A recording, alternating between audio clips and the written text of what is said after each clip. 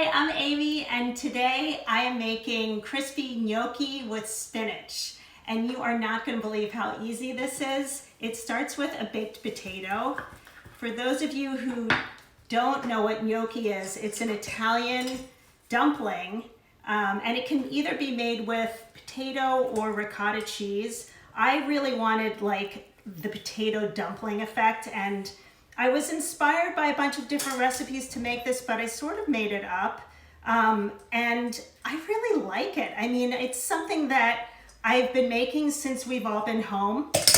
And I just feel like I'm getting more creative with it. And that's sort of the beauty of kind of being stuck at home and having to cook like all of us. It sort of is something that you get creative with. Even me, who just cooks all the time, I love to continually come up with new ideas. So this is what I'm doing. I baked a potato and I want to aerate it, and that's what's going to make the gnocchi really fluffy. You can put your potato in a ricer, but I couldn't find my ricer. So this is a little hack.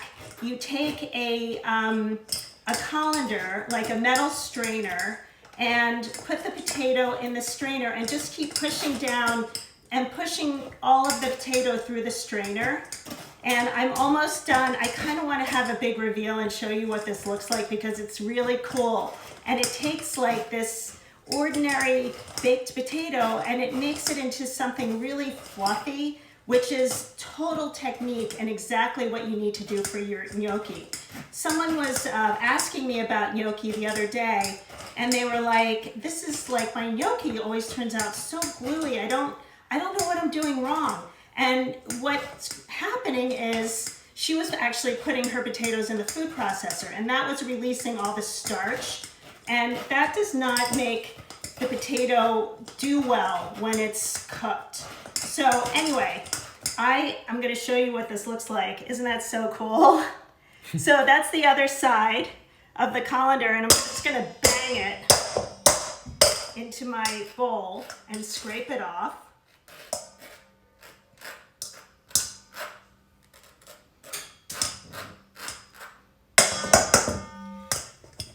And keep going.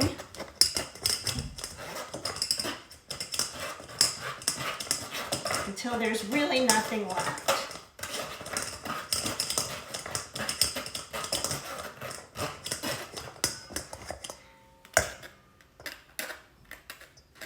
Okay.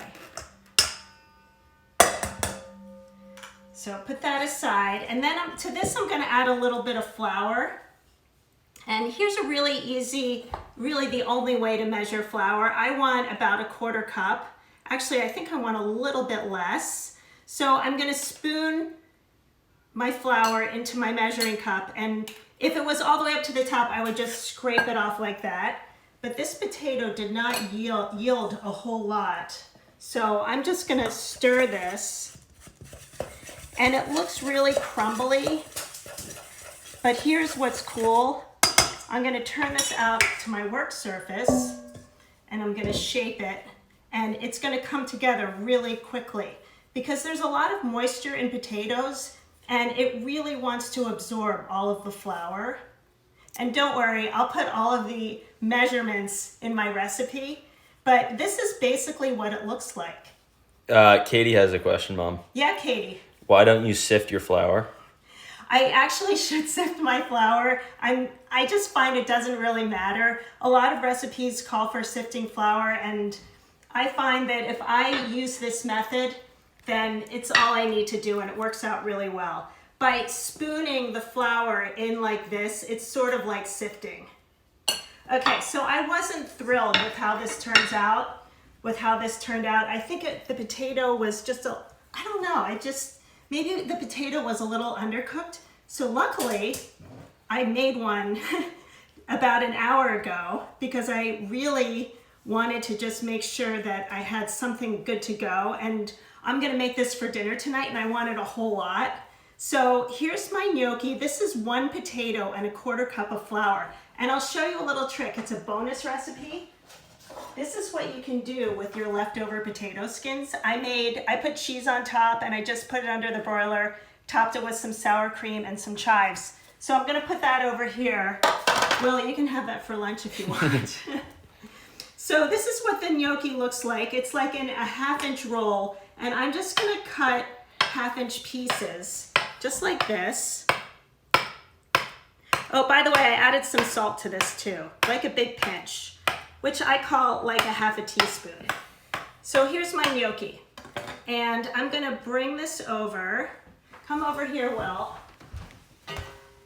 I have some boiling water. And I'm gonna just drop my gnocchi in the boiling water.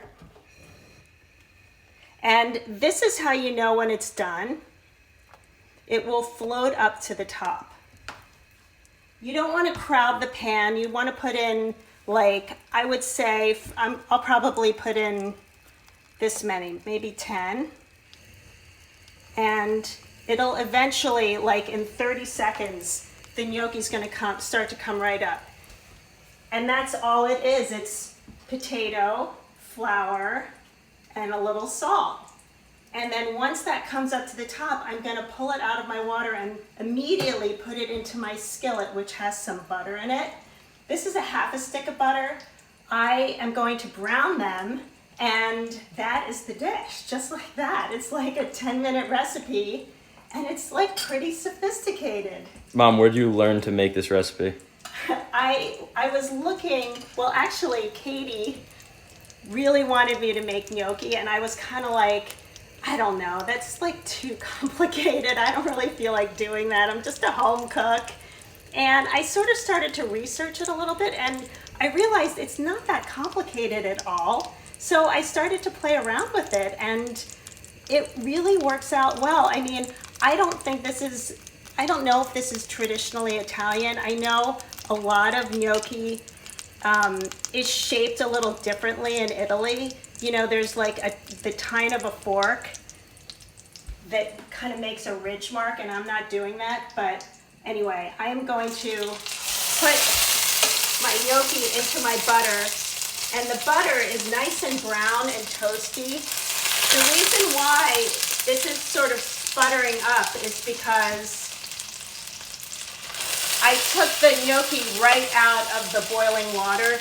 If I really wanted to be super careful, I would drain these on a paper towel, but I don't think it's that big of a deal.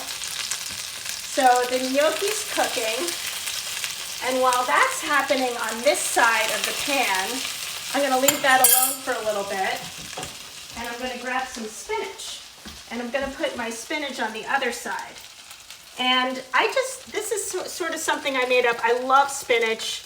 It cooks really fast. It literally, the second it touches the heat, it just wilts. And I just think it's a really nice combination with this. So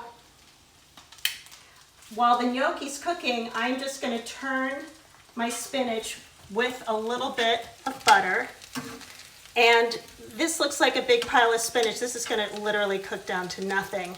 And it's really important to just sort of keep tossing the spinach because it will literally turn like this awful green really quickly. And you definitely don't want that. So here's my spinach. And I'm gonna keep cooking gnocchi and spinach even after I'm finished showing you this. So I have a lot of butter in my pan. I don't really have to add much more, but these are browning really nicely. And it's like literally 30 seconds aside. And the brown butter just makes them super toasty. There we go. So we're gonna have this for dinner tonight, and I'm gonna make some chicken to go with it. I think I'm gonna marinate the chicken in olive oil and lemon juice. Or the leftover brown butter. There will be no leftover brown butter. Okay, so I've got my spinach, I've got my gnocchi. It's doing great.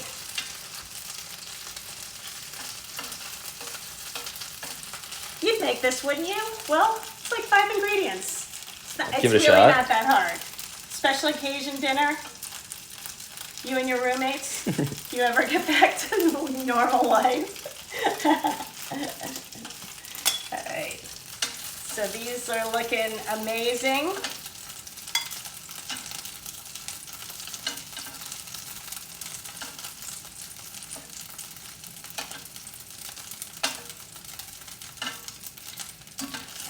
Oh, I missed a question from Katie. Oh, yeah. How much butter's in the skillet? It's a half a stick. It's a lot of butter, but I'm gonna make a lot of gnocchi. Okay, so here's the finished dish, and of course, the best part is garnishing with a little bit of Parmesan cheese. And there you go, just 5 ingredients. Will, want to try one with me? Sure. Cheers, Will. Cheers. Thank you so much for joining me. I love cooking with you. Please DM me with any questions or any ideas for cooking. Oh, it's Cheers. delicious. Bye.